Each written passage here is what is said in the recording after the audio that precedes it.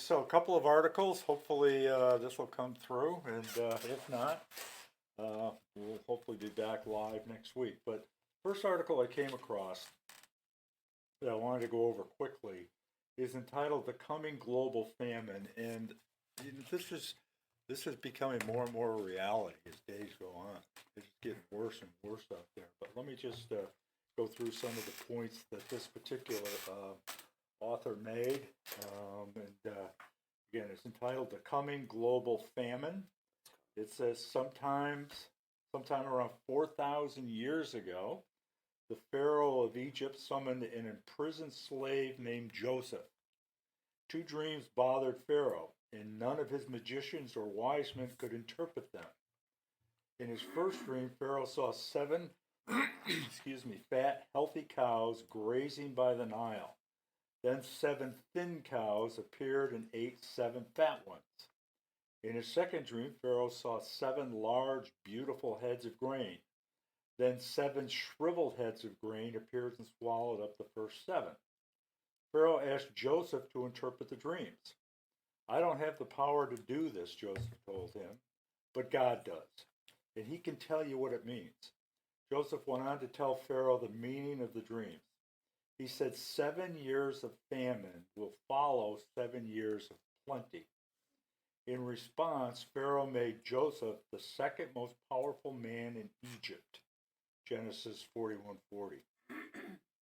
He put him in charge of the land, and Joseph collected 1/5 of the food produced for the next 7 years. He stored up massive amounts. When the famine came, it hit neighboring nations hard. People from the lands all around Egypt came to buy grain from Joseph. Eventually, the people ran out of money. They had nothing to buy food, so they gave Joseph their livestock in exchange for food. When their livestock was gone, they offered their land and themselves. Before long, Pharaoh owned all of the land in Egypt. The people became his slaves, and Pharaoh's power multiplied. See, there's so many foreshadowings in the story of Joseph. Hopefully that comes through. Like many stories in the Bible, the story of Joseph and Pharaoh is also a symbolic prophecy. It foreshadows a coming of time of great famine when, like Pharaoh, one man will gather immense power over the known world. The 7 years of Pharaoh's dream mirror the 7-year period known as the tribulation. Like the 7 lean years, the tribulation will begin with widespread famine. And we're headed to that now. And that's one of the first seals that's opened at the very beginning of the tribulation, worldwide famine. And in an effort to survive, people throughout the world will willingly give their power and wealth to one man, just as they gave their power and wealth to Pharaoh 4,000 years ago. Do we have any reason to believe such a famine is on the horizon? Unfortunately, we do. The political push to move away from fossil fuels to renewable energy, coupled with the supply-demand distortions caused by the COVID shutdowns, has resulted in much higher energy prices. This is particularly true in Europe, where the accelerated push for green energy has led to a surging energy crisis. What does this have to do with rising food prices? As Zero Hedge points out in this article, quote, "You can't make fertilizer," we've talked about that in the past, "without urea and natural gas. As the price of either of these goes higher, and both are, it significantly impacts the price of fertilizer. The price of fertilizer impacts, in turn, the price of food. This is because fertilizer is the second largest cost component in most agricultural production. The first being, you guessed it, diesel. The rising cost to grow food then impacts the feed cost for cattle, hogs, chickens, and other animals. This means higher costs for meat producers. Throw in increased costs for transportation, a global shortage of workers, and pandemic-induced supply chain problems, and the rising cost of food doesn't show any signs of slowing down soon. And I just heard on the news today that the current administration is They're the ones that have implemented all these regulations and controls, restricting oil production and gas production and so on. And the word is that they intend to make things even more difficult by increasing regulations in the future, which is just going to further exacerbate the problem. They just can't see the forest through the trees. But be that as it may, it's God's plan. Global supply chain issues are another reason for rising food prices. But the broken supply chain is the primary reason many grocery store shelves have gone bare, with increased demand due to COVID lockdowns and hoarding play a factor. The majority of these shortages are due to problems ripping through the global supply chain. In some cases, the lack of key inputs such as aluminum, cardboard, or artificial sweeteners means manufacturers can't produce or package certain items at the scale they used to, if at all. This results in fewer available products and thus empty shelves. Supply chain problems have also resulted in a global shortage of urea. Not only is urea a key component in fertilizer, it's a key ingredient in the diesel exhaust fluid AdBlue. AdBlue is used in cars, trucks, buses, and other vehicles equipped with a selective catalytic reduction system for reducing emissions. All the diesel vehicles in South Korea and Australia use AdBlue, and China supplies 97% of South Korea's AdBlue and 80% of Australia. Due to the rising cost of fertilizer and the need to feed more than 1 billion people, China recently banned the export of urea.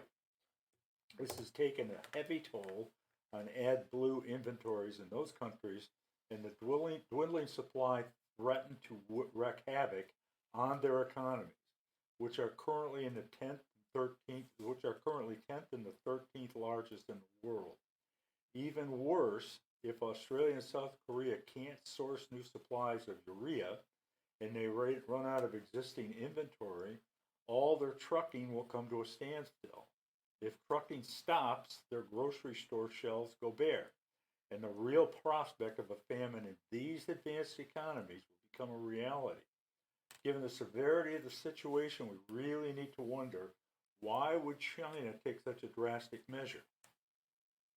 With a large population, it makes sense for China to be concerned about rising fertilizer and food prices. Hungry populations revolt, and China's government fears a revolution. From that standpoint, a ban on the export of urea makes sense, as it's a critical component in growing food. But China's recent actions go beyond the urea export ban.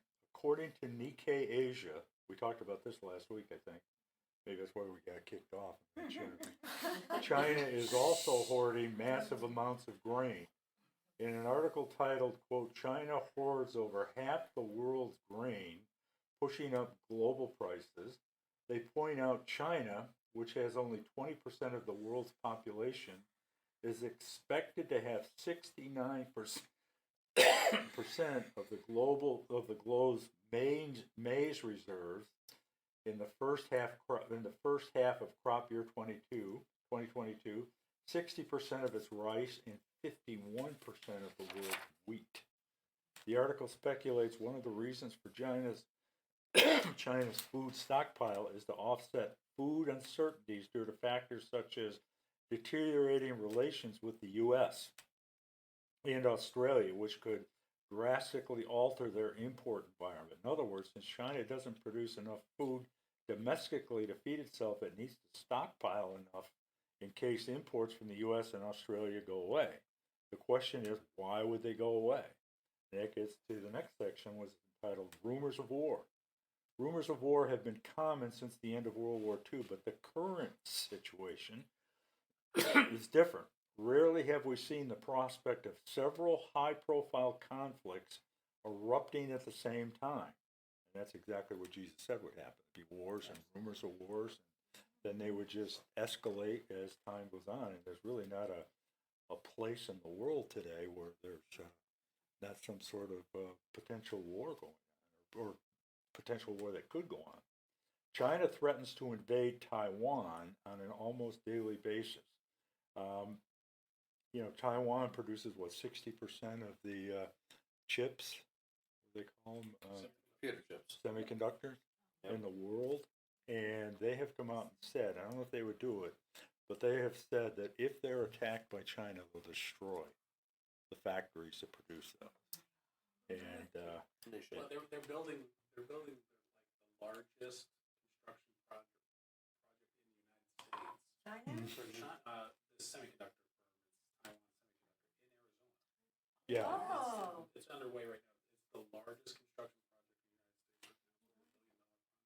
I hope it gets done. It's done. Yeah. But I mean, it's just one of many threats, because semiconductors, as we know, are used for everything: computers, automobiles, trucks, everything. And without semiconductors, and it takes a long time to produce one of those things, because they're what, the size of wafers Well, or it something? depends on what they're using. Yeah, right, That's one of the problems with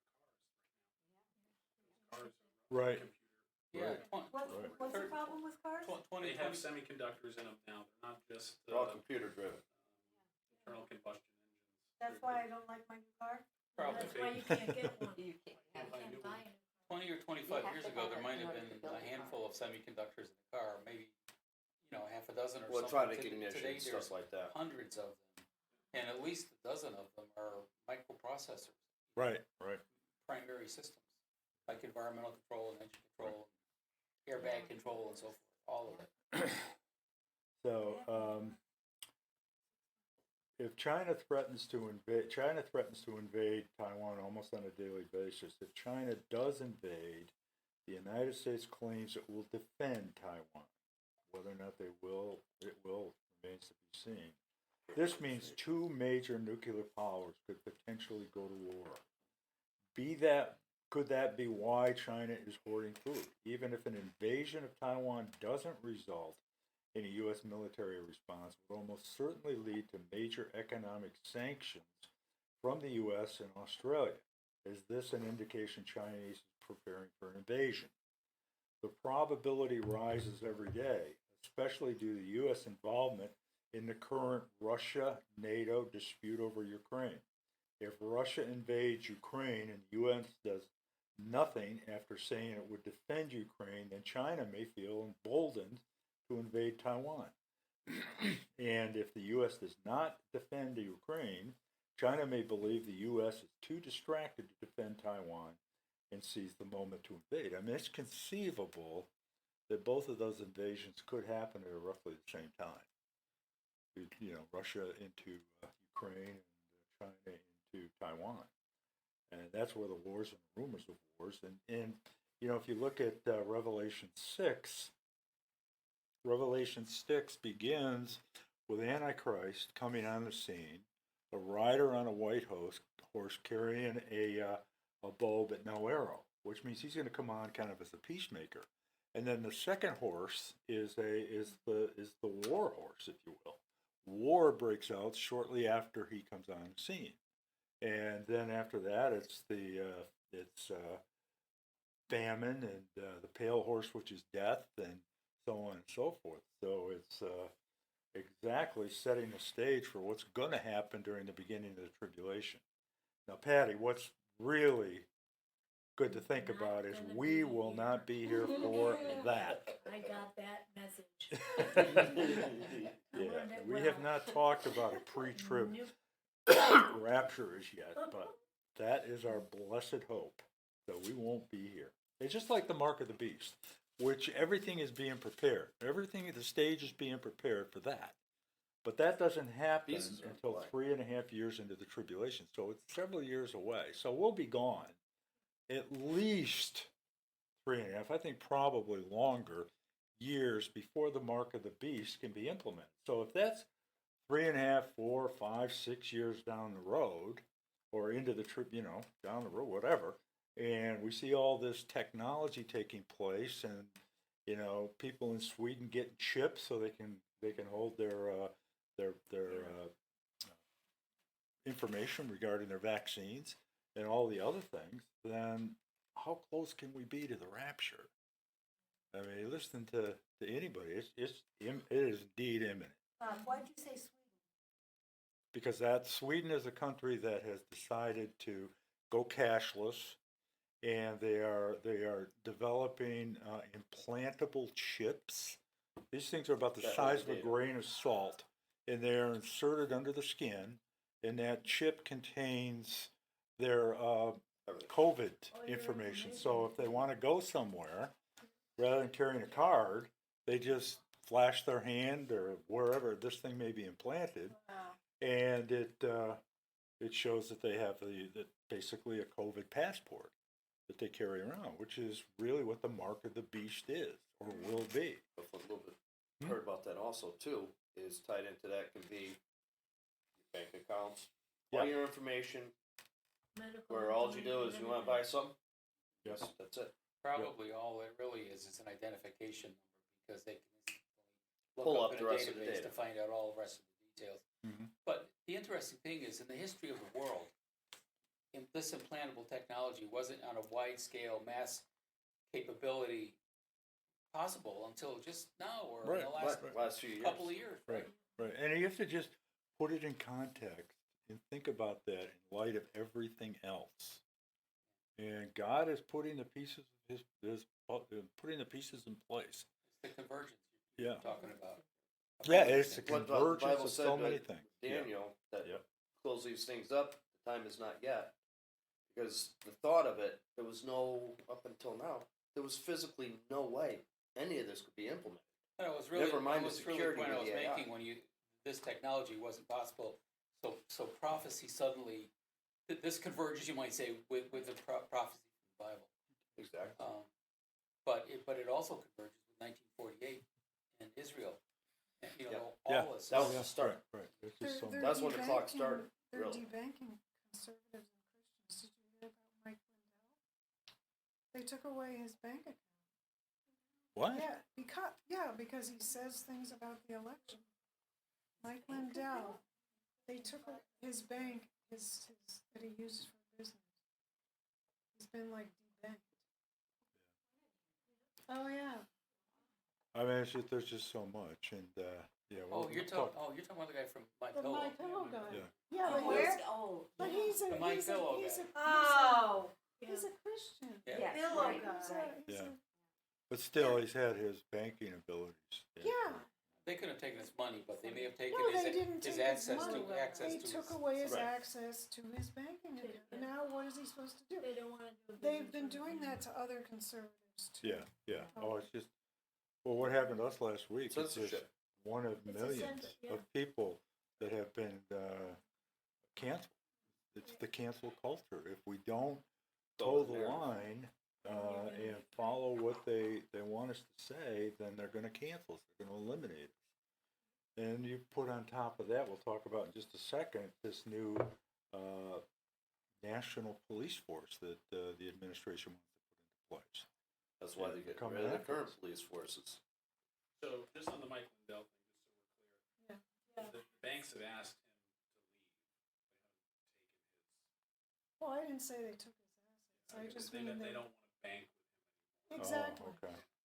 Well, they took away his banking ability. So what does he do? anymore. But he can go to other banks. Well, they'll Yeah. probably do the same thing there. Money.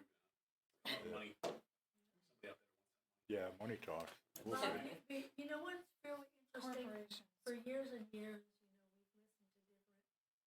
we've listened to different preachers and theologians on television and radio, back to radio times, and most of everybody's message was different. This person would talk about one subject, and somebody else would talk about another subject, and so forth. Everybody you listen to now talks about Revelation. Yeah. Did you notice that? It's everybody. And they would, you would hear different subjects all the time. But now, I don't care who you turn on Yeah, TV, they're preaching about Revelation. knowingly or unknowingly. Yeah, and that to me is something very interesting. Yeah. Except for the churches that will say that they call woke, that are, Woke? Yeah, it's turning that's out there. I don't know. Like politically Explain it. correct. Yeah, but I don't listen to that, but, Yeah. you know, That's true. the main, yeah, All right, very, so very interesting that everybody's, yeah. focused on the same message. The coming famine, while these events may or may not plunge the world into a worldwide famine in the near future, the Bible is clear. Clear. A global famine will strike the world during the tribulation. The famine will follow a global war, Revelation 6:4. In the aftermath of this war, destruction will be widespread, people will be scattered, the global supply chain will be in ruins. The Bible describes this famine in detail. Revelation 6:5 and 6. Riding on a black horse and holding a pair of scales. Revelation 6 says, a voice calls out, that we've read this before, a loaf of wheat or 3 loaves of barley for a day's pay. And don't waste the olive oil and the wine. And this indicates a global famine. This is the incredible separation between the haves and the have-nots. The haves, or also known probably at that time the elites, are going to be fine for a period of time, but obviously their time will end pretty quickly. The rider scale suggests a need to carefully measure and ration the food supply. We know because the voice it calls out indicates a scarcity of food. 3 loaves of barley are about 1 pint. Many believe this is the minimum amount of food needed to survive. Yet this verse is telling us of a time is coming when the entire day's wages will only buy enough food to survive. So that's a description of hyperinflation. And so I mean that's another thing. I was going to print an article that summarized what's his name, the Ron Paul or Rand Paul. Was it Ron Paul? Rand Paul. Came out today or yesterday saying that the government, with the $4.5 trillion that they infused into the system last year, is the reason for inflation.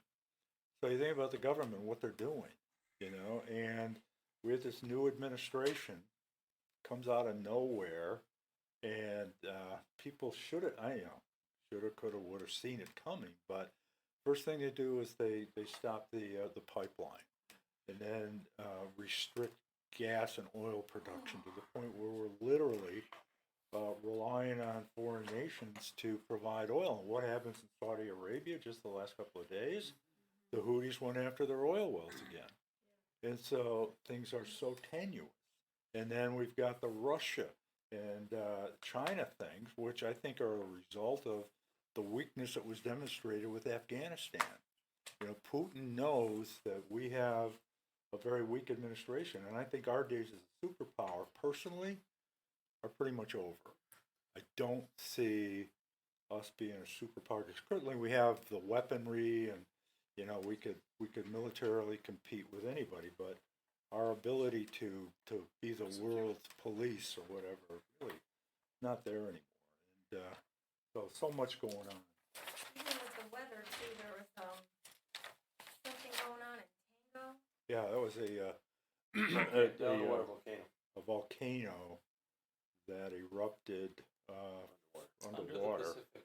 and you could see the explosion from outer space. And what it did, it was so powerful that it actually created a plume that blocked the sun, which is one of the things Went to that the people upper worry atmosphere. about with the eruption of volcanoes, is it can literally change the weather. And so not only that, but it was supposedly, it did create a pretty Tsunami. mild tsunami. I think about 3 feet or so. But it just shows, I mean, earthquakes. A volcano is an earthquake. Earthquakes in diverse places. And these things are popping up everywhere all of a sudden. But the USG is still denying it. Hmm? They're still denying it. Oh, yeah. They can deny it till the cows come home. Remember the movie, The Cut Before the Wrath? Yeah. There's a companion to that. That's the Coming Convergence. Did you see that? No, I haven't. You need to see it. It's predates, but it's right on. As a matter of We'd like fact, to if you show want yours one sometime. night, Yeah. because I got the Amazon Prime, Yeah. you can watch it here Yeah. if you want. definitely. I'd like to do that. What are they denying? That there's a ramping up of Who's they? the U.S. geological, Oh, the ones that, monitor earthquakes, volcanoes. But in this coming convergence, they took the SG's data, compiled it, and it took them months. They say this in there because they were denying that there's a ramp up. Well, there's a chart in there that shows from when I forget if it's the 70s or the 80s up to the current time when the show was produced, which I think was around 17 if I remember correctly. I may be wrong on that, but it is a severe ramp up of both severity and frequency of earthquakes. But even with right now, even here, if you Google on the volcanic activity going on, like even with this, the water, they're saying, no, nothing unusual. Yeah, I've seen conflicting information on that recently. Some saying there is, and some saying there isn't. Yeah. So there's. Kind of seems like there isn't. You know what I mean? Over the course of our lifetime, we never saw it so often. No, I don't. But so this was back then, and now things have changed so much. Everybody know Glenn Beck? Yes. Yes, of course. He has a new book that just came out. And I think it just came out last week. And if Shirley lets me, I'm going to buy it and read it next week while we're on Shirley vacation. what is it called? I don't know what the name of it is, but He's a smart man. If Shirley lets me. Sounds like I have to get stockpiling permission. Grain. I know. What's that? He's stockpiling grain instead of buying books. But his book has to do with the World Economic Forum and Soros and Klaus Schwab and number 46, current president. And really, he says it's the most important. I don't know what it is, what the name of it is. Who's the author again? Pardon me? What was the author's name again? Glenn Beck. Glenn Beck. He's about 4 or 5 years worth of research. The only thing he says is it's not socialism that's coming, but it's going to be fascism, which, that's his conclusion. But he goes into a lot of detail about what's going on. He claims it's a book that everybody needs to read. Probably can look it up. One other thing I wanted to bring up, and then we'll get into our study, is this. There was a Senate committee meeting or Senate Oversight meeting last week where they interviewed the Assistant Attorney General, I think he is, of the United States, a guy by the name of Matt Olson. And he's basically come out, and the FBI has determined that the biggest domestic threat we face in this country today are domestic terrorists. We're domestic terrorists. It's us. We're the domestic terrorists. It's not Antifa, not Black Lives Matter. It's conservatives and Christians. And so what they have done, he says, quote, "We face an elevated threat from domestic violent extremists." And there's not one example, that he couldn't cite one example where a so-called domestic terrorist killed or hurt anybody. But yet, we're it. And it just shows that the enemy is after the church. It's after conservatives. It's after anybody that speaks against the current regime. Individuals in the United States who seek to commit violent criminal acts in furtherance of domestic, social, or political goals. Of course, that doesn't include Antifa. Doesn't include Black Lives Matter. Domestic violence extremists are often motivated by a mix of ideologies and personal grievances. We've seen a growing threat from those who are motivated by racial animus. The white privilege and all that stuff is now morphed into racial animus, even though there's no such thing as white privilege, if you think about it. It doesn't exist. It's not systemic. It doesn't mean it's not pockets here and there. As well as those who ascribe to extremist, anti-government, anti-authority ideologies. In other words, those that might think or say things differently than what the current regime requires. You mean like you? Well, that's I decided to. Did he like being for the Constitution? He decided. Oh, that's done. He says, I decided to establish a domestic terrorism unit to augment our existing approach. This group of dedicated attorneys will focus on the domestic threat. Then the question is, who's the threat to the country?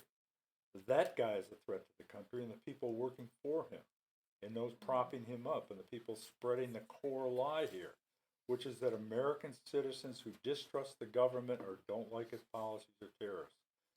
Just today on MSNBC, which was I think sometime last week, Jason Johnson, one of his contributors, described the entire Republican Party as a terrorist organization. So you can see where this is going. Again, and we're quoting now, this is the Assistant Attorney General.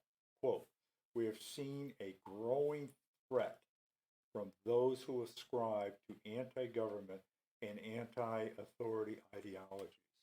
So he was asked during this session, what examples of sedition? Sedition is really, it's being against the government, I think, with threats of violence.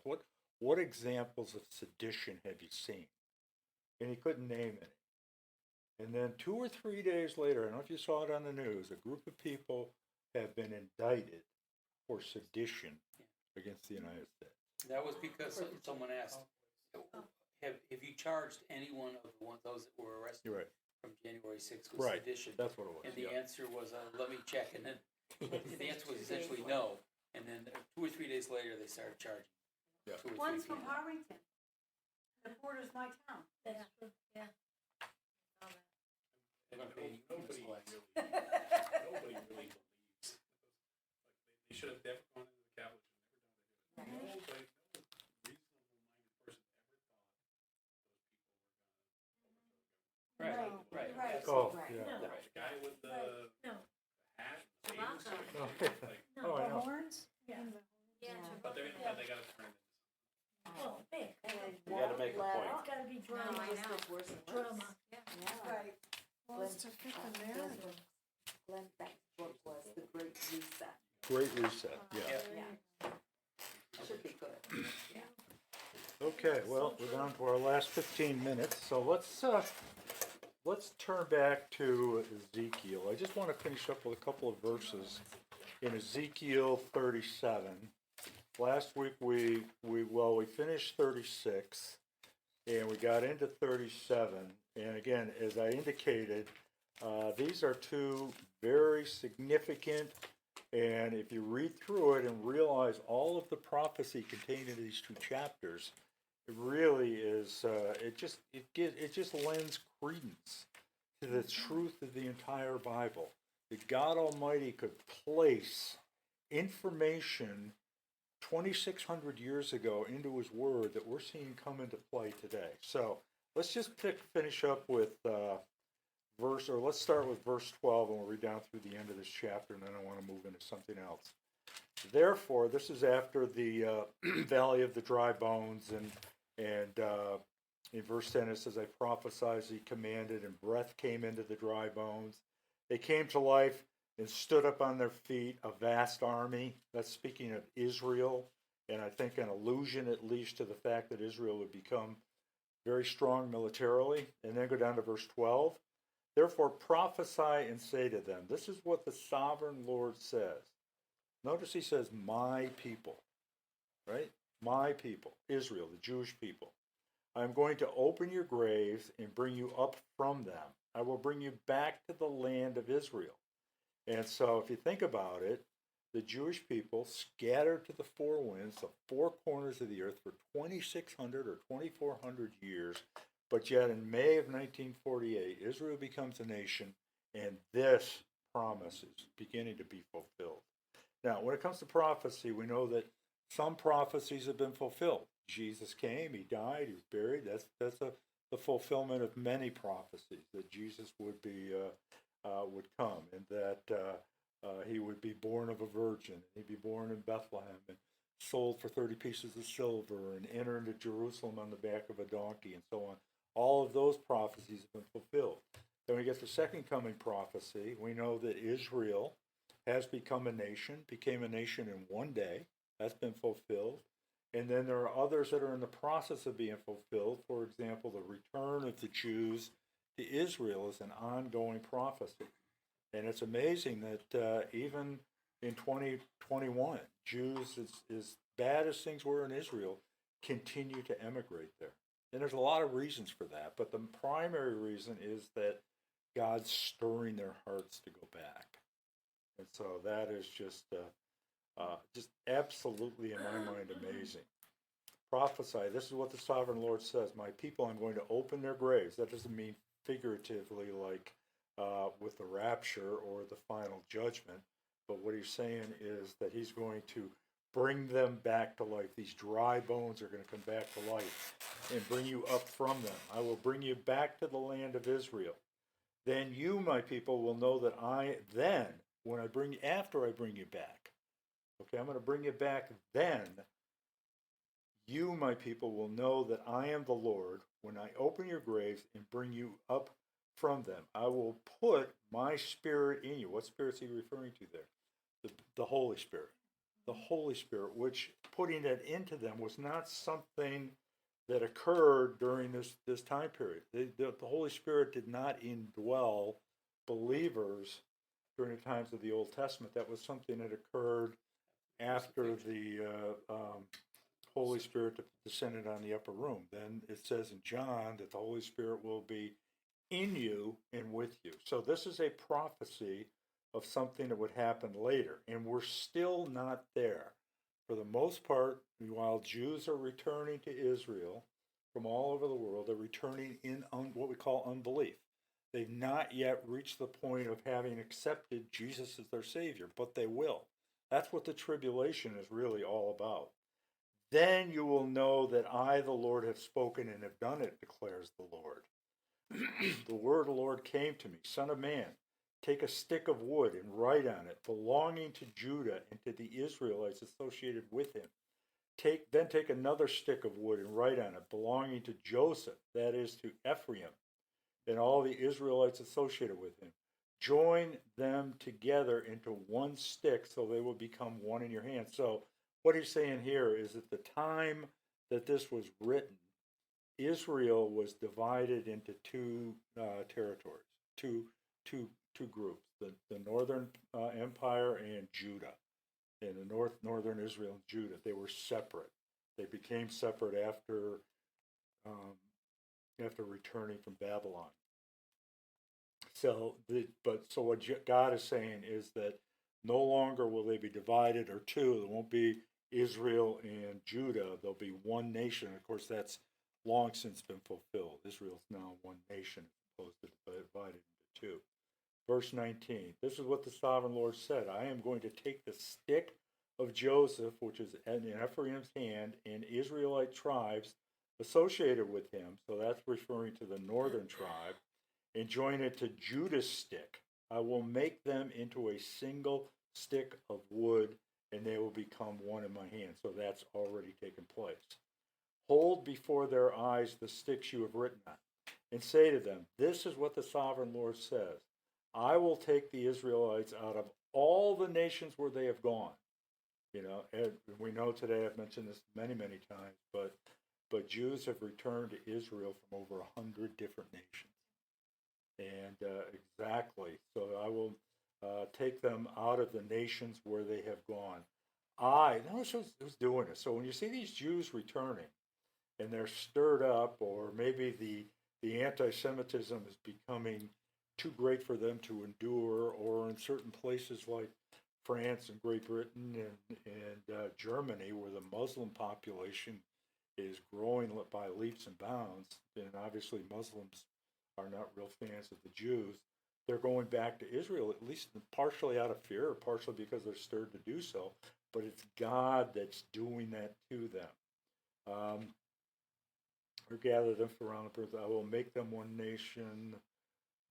They will no longer defile, I'm in verse 23, defile themselves with their idols and vile images or with any of their offenses, and I will save them from all their sinful backsliding, and I will cleanse them. They will be my people, and I will be their God. That goes all the way back to the last promise of the Abrahamic covenant, that I will be their God. He's not yet. There's a clear reference when they accept Christ. My servant David will be king over them, and they will have one shepherd. A clear reference to Jesus Christ. 2,600 years ago, 700 years before he even came on the scene. They will follow my laws and be careful to keep my decrees. They will live in the land I gave to my servant Jacob. So Jacob, obviously, father of the 12 nations, his name was changed to what? Israel. So he says, they will live in the land I gave to my servant Jacob. And what did he say when he gave him that land? He says, I'll give it to you as an everlasting inheritance. So they're coming back. And the whole world is, and we're seeing just an explosion today of anti-Semitism in our universities and many of our places in the United States. The United Nations is now totally almost committed to just sanctioning Israel over and over again. Anti-Semitism is exploding all over the world. Wasn't it like Dallas over the weekend? Yeah. The synagogue? Right. So now they have to have guards at all the synagogues. Yeah. That rabbi acted like a Christian. He was so wonderful. Yeah. He was pretty amazing. I know. And their children and their children's children will live there forever. So it would be nice if some of the radical Muslims or those that think you can divide God's land or create a Palestinian state within the current boundaries, it'd be good if they could read this. They wouldn't believe it, but here's what God says. They will live there forever. So Mr. Khamenei, the head lead imam in Iran, who says that we're going to exterminate the Jewish people, we're going to drive them into the Mediterranean Sea, we're going to annihilate them. I'm not sure the God of Abraham, Isaac, and Jacob sees it that way. God has blinders on their eyes. They could read this and they wouldn't mean anything. They just say it was all lies. Right. I will make a covenant of peace with them. It will be, as we've seen over and over again, an everlasting covenant. I will establish them and increase their numbers. I will put my sanctuary, which means basically during the millennial reign, during the millennial kingdom, there's going to be a glorious temple in Jerusalem where Jesus is personally going to rule and reign from during the 1,000-year reign, after the rapture, after the tribulation, when the church comes back. Jesus comes back with the church and sets up his kingdom. He's going to rule and reign from Jerusalem in perfect righteousness for 1,000 years, and then we go to the eternal state. My dwelling will be with them. That's what it means. The temple, his dwelling, will be with them in Jerusalem. I will be their God. They will be my people. Then the nations, which is a reference to the Gentile nations, will know that I, the Lord, make Israel holy, which just means separate. They stand alone when my sanctuary is among them forever. So we see everything in 36 and 37 laid out. It's really history in advance if you think about it. To me, it's pretty remarkable. Any questions on that? We're going to come back later to 38 and 39, but these two chapters, I think, stand out. I want to just spend just a minute or two, a couple of minutes on what's called the Davidic Covenant, which we haven't had a chance to talk about yet. But the Davidic Covenant takes the making of the great nation and reducing it down to one lineage or one group of descendants from Abraham, Isaac, and Jacob, and will ultimately lead to Jesus Christ. And that's, first of all, I want to read a couple of verses in Genesis chapter 49, and then next week we'll pick up in 1 Samuel, or 2 Samuel. But Genesis 49, what we have here is a picture of Jacob, the father of the 12 tribes, if you will, of Israel, on his deathbed, basically giving commands and telling each of his sons various things that they were going to do and so on and so forth. And in verse 8 of Genesis 49, he comes to his son Judah.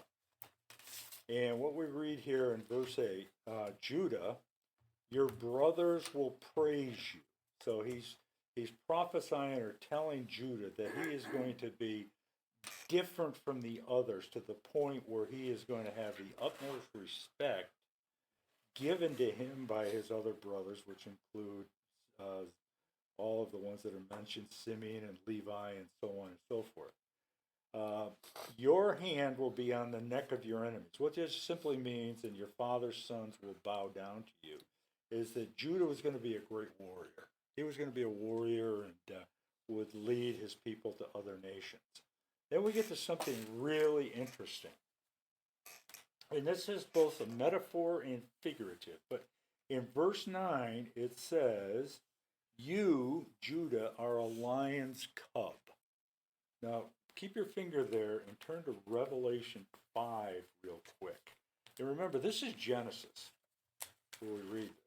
Then we go to Revelation chapter 5.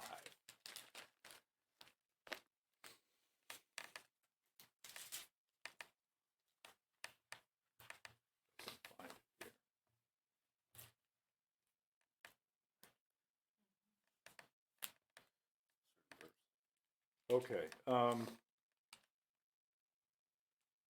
Let's just begin in verse 1. I saw, this is a picture before the actual judgment parts of the tribulation begin. And John, the author of Revelation, is lamenting that there's a scroll that contains the sealed judgments. Who is worthy to open the scroll? Nobody's worthy, but it does say that one is. In chapter 5, verse 1, it says, I saw in the right hand of him who sat on the throne a scroll with writing on both sides and sealed with 7 seals. In chapter 6, those seals are open, the first being the entry of the Antichrist on the white horse, in the plagues, and the famine, and the pestilence, and so on. And I saw a mighty angel proclaiming in a loud voice, who is worthy to break the seals and open the scroll?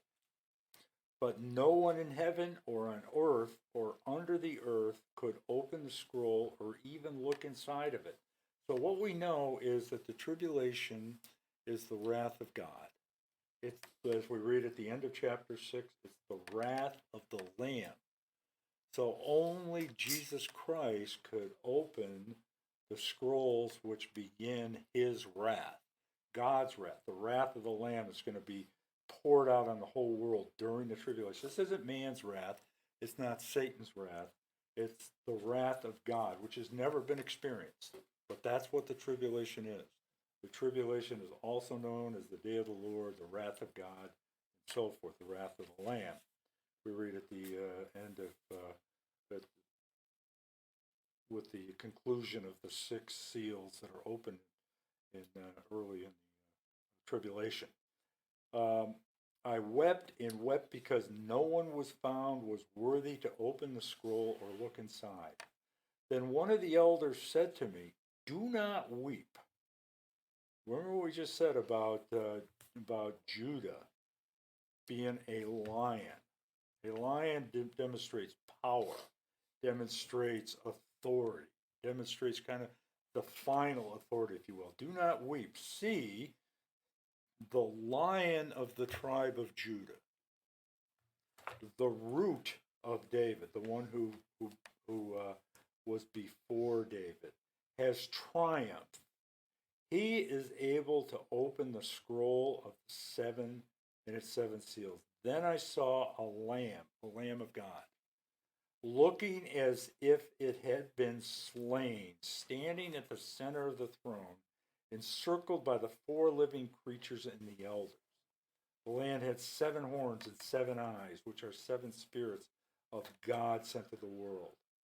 He went and took the scroll from the right hand of him who sat on the throne. So it's a picture of the scroll being given to Jesus to open, because it's his wrath that's going to be poured out. But what I wanted to primarily point out is note here that he is what? He's the Lion of the tribe of Judah. Now back to chapter 49 in Genesis. You, in verse 9, are a lion's cub, Judah. You will return from your prey, my son, like a lion. Like a lion, he crouches and lies down, like a lioness who dares to rouse him. So Jesus came as the lamb, the sacrificial lamb, the first time. But he's coming as a conquering prince the second time. He's going to be like the lion, and he's going to be indestructible, undefeatable. Then in verse 10 it says, the scepter. Now what is the scepter? Well, the scepter demonstrates or depicts authority. The authority that is given to Israel, to the tribe of Judah. They're given certain levels of authority. In this context, we read that the scepter means the authority, if you will, to rule over the Jewish people through the law, which would include the right to issue capital punishment, or a death sentence, if you will. And it says, the scepter will not depart from Judah, from the tribe of Judah, nor the ruler's staff from between his feet until, in other words, Israel, the tribe of Judah, the authorities will have the authority to rule and rule over the people of Israel through the law. All of it's kind of like a judge and jury, if you will. They have the right to impose the death penalty. That's primarily what we're talking about. The scepter will not depart, nor the rule staff from between his feet until, so they're going to have this authority until he, and in the King James Version, the word he is what's called Shiloh. All of the Jewish authorities and those, the Sadducees and the Pharisees and everyone, all knew that the he that's referenced here is Messiah. So they were going to have this authority that was given to them, but it was going to be taken away when Messiah comes. So when Jesus comes on the scene, that authority is going to be taken away, and the obedience of the nations shall be his. So now we jump further ahead.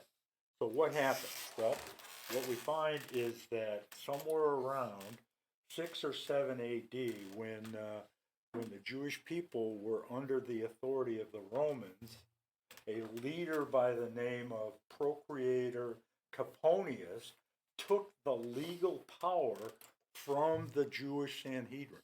He took it away, the power to administer capital punishment and so on and so forth. That happened in right around 6, 7 AD or so.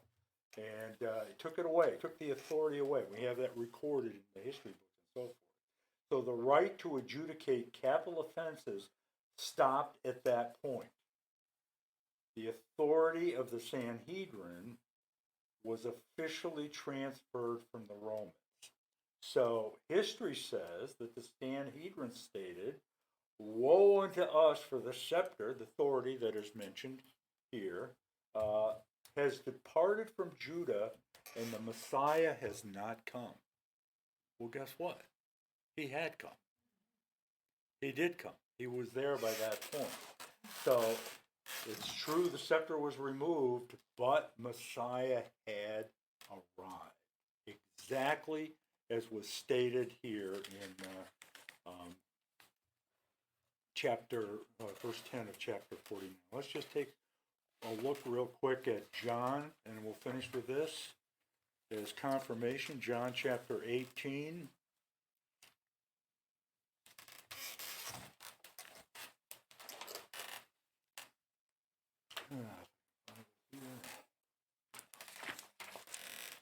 But John chapter 18, this is where Jesus is standing before Pilate. And, okay, so meanwhile, let's go to verse 18. It was cold, and the servants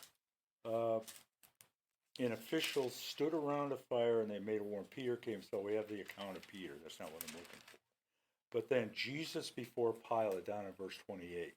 The Jewish leaders took Jesus from Caiaphas to the palace of the Roman governor. By now it was early morning, and to avoid ceremonial uncleanness, they did not enter the palace because they wanted to be able to eat the Passover. So Pilate came out to them and asked, "What charges are you bringing against this man?" "If he were not a criminal," they replied, "we would not have handed him over to you." Pilate said, "Take him yourselves and judge him by your own law." And then they said, "But we have no right to execute anyone." So there we have it right there. Proof that everything that we read in the Bible is true, because this whole situation, and then we get into basically the Davidic Covenant that we'll talk about next week in 2 Samuel, shows that when God created Israel and promised to make their descendants as numerous as the sands on the shore and stars in the sky, that he did so, and he preserved and protected that lineage so that through Abraham would come Isaac, would come Jacob, would come Judah, would come David, and ultimately through that lineage would come Jesus. And if you read the lineage and the outline of the generations from Abraham down to Jesus, you see exactly that's what happened. That lineage that God worked so hard to protect, making sure that Ishmael did not get the blessing, or Esau did not get the blessing, so as to preserve. And many call the line from Abraham down through Judah to Jesus the royal line. And you can see that because, he's referred to as a lion, which is like the king of the jungle, if you will. So that's where that whole royal lineage comes. But again, what this tells us is that Jesus was prophesied throughout the Old Testament, and that the Bible's absolutely true. That we can find these little nuggets throughout the Bible. So, any questions on any of that? Does that make sense? So next week I want to expand and spend a little time on the Davidic Covenant. That's pretty short. It's a couple of verses in 2 Samuel, which basically mirror what we just read here. And we'll see that the outcome of that particular prophecy, the Davidic Covenant, shows some pretty startling things. Not the least of which is that God literally turns his back on his son.